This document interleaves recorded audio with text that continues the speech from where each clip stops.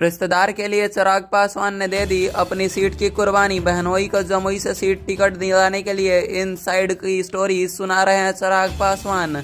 आइए खबरों को विस्तार से जानते हैं। उससे पहले अगर आप भी हमारे चैनल पर नए हैं तो चैनल को सब्सक्राइब कर ले, वीडियो को प्यारा सा लाइक जरूर कर दें।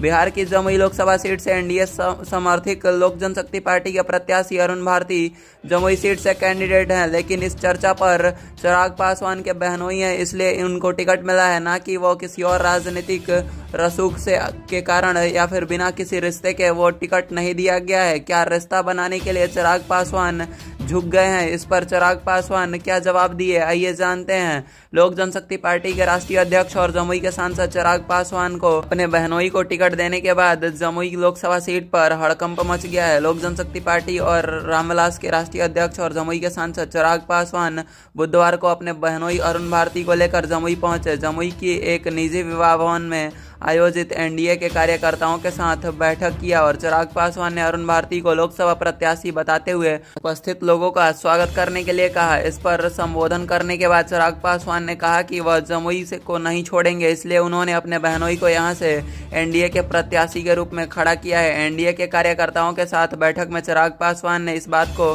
फिर दोहराया कि जमुई में जवानी आया था और बुढ़ापा तक यहां सामाजिक और राजनीतिक संबंध निभाऊंगा। कार्यक्रम के बाद चिराग पासवान ने कहा कि पिता रामविलास पासवान की सीट पर वह खुद हाजीपुर से चुनाव लड़ेंगे। अरुण भारती ने जवाब दिया कि सांसद चिराग पासवान के कामों को आगे बढ़ाएंगे। स्थानीय और बाहरी के मामलों में अरुण भारती ने कहा कि जन्म नहीं, लेकिन हर इंसान का कर्म क्षेत्र अलग अलग होता है। सांसद चिराग पासवान ने कहा कि अब की बार 400 के पार। उन्होंने कहा कि तीसरी बार प्रधानमंत्री नरेंद्र मोदी को फिर से पीएम बनाने के लिए वह जमुई पहुंचे हैं। उन्होंने कहा कि जमुई के लोगों से उनको आशीर्वाद चाहिए। उन्होंने जो समझाया और जो समझ सके उन्होंने किया। उन्होंने आगे बढ़ने के लिए, अपने बहन के भाई को बेहतर बनाने के लिए और बेहतर से बेहतर जमुई में कार्य हो सके, इस पर चर्चा करने के लिए अपने बहनोई को उतारा। राजनीतिक साजिश के तहत परिवार को तोड़ने का कार्य किया गया है, लेकिन विचलित ना होइए। बहनोई पर चिराग पासवान क्या बोले? चिराग पासवान ने कहा कि उनके पिता ने जो उन्हें शिक्षा दी है